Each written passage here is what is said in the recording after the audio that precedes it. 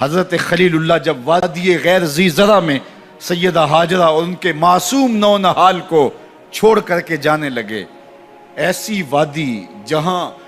حیوانی وجود بھی نہیں تھا، نباتات بھی نہیں پائے جاتے تھے، پانی کا ایک قطرہ بھی دستیاب نہیں تھا، کالے سیاہ مہیب پہاڑ جیسے فولاد پگھلا کے ڈال دیا ہو، وہ وادی جہاں دن کو بھی خوف آئے، وہاں حضرت ہاجرہ نے راتیں بھی گزاری۔ کتنا دردناک لمحہ تھا جب سحری کا وقت ہوا، حضرت خلیل اللہ دعائیں دے کے رخصت ہونے لگے، حضرت ہاجرہ سلام اللہ نے آگے بڑھ کے اپنے شوہر نامدار کا دامن پکڑ لیا، تمسکت بِأَزْيَالِهِ، دامن پکڑ کے بولی میرے شوہر نامدار، اس مہیب وادی میں،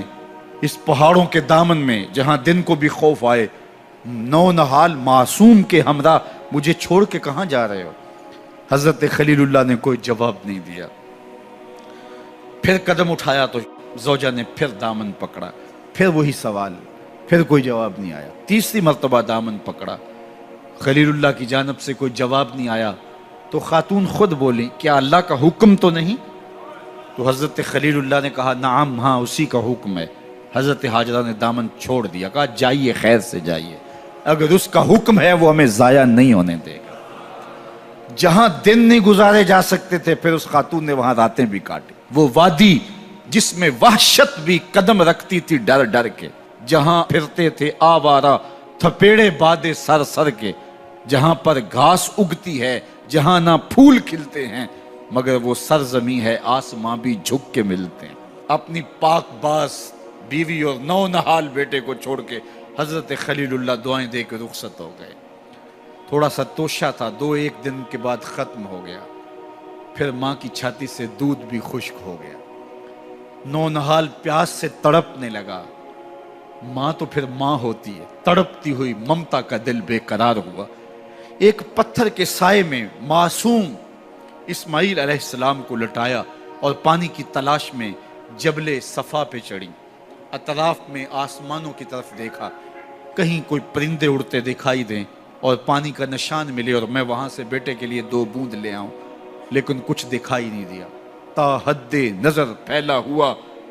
آسمان ہی آسمان ہے اور پہاڑ ہی پہاڑ نیچے دکھائی دیتے ہیں۔ پھر مروہ پہ آئیں، درمیان میں نشیبی جگہ تھی، وہاں بیٹے کا من مونا چہرہ دکھائی نہیں دیتا تھا، دوڑ کے گزری اور جا کے صفا پہ گھوم کے دیکھا، کچھ نظر نہیں آیا، ادھر بھی دیکھ لیا ادھر بھی دیکھ لیا، لیکن ماں تھی، پھر دوبارہ صفا پہ آئی، صفا پہ دیکھا کچھ دکھائی نہیں دیا، پھر تڑپ کے مروہ پہ آئیں، وہاں پھر دیکھا کچھ دکھائی نہیں دیا، پھر صفا پہ آئی، کبھی صفا پہ کبھی مروہ پہ، تڑپتی ہوئی ماں کی ممتا، بے قرار دل، ادھر پانی کی پیاس سے تڑپتا ہوا معصوم اسماعیل پتھر کی اوٹ میں، درمیان سے ماں گزرتی ہے تو بھاگ کے گزرتی ہے کہ بیٹے کا من مونا چہرہ بھی نگاہوں کے سامنے رہے۔ ذرا منظر تو دیکھو کتنا دل آویز ہے، اللہ اکبر، سینوں میں پتے پانی ہو جائیں، پتھر بھی ہو تو پگھل جائے اس زہرہ گداز داستان سے، لیکن اللہ پر توکل اور ماں کی بے قراریاں، کبھی صفا پہ کبھی مروہ پہ، زبان پہ شکایت نہیں ہے۔ پھر جب مروہ پہ پہنچتی ہیں، 7 چکر مکمل ہو گئے، تو ادھر کیا دیکھا کہ معصوم اسماعیل ایڑیاں رگڑ رہا ہے۔ ماں کا دل ڈولنے لگا کہ بیٹا آخری لمحوں میں دوڑی کہ بیٹے کو جا کے اپنی چھاتی سے چمٹاؤں، ہو سکتا ہے 2 قطرے دودھ کے اس کی زندگی کی آس بندھا دیں۔ تو ماں دوڑتی ہوئی آئی، لیکن جب قریب آئی تو منظر بدلا ہوا تھا، معصوم کی ایڑیوں کے رگڑنے سے تازہ چشمہ پھوٹ رہا ہے، پانی ہے کہ بے قابو ہونا چاہ رہا ہے، آگے بڑھی، جلدی جلدی مٹی کی منڈھیری کرتے ہوئے کہا زم زم رک جا رک جا، اللہ اکبر۔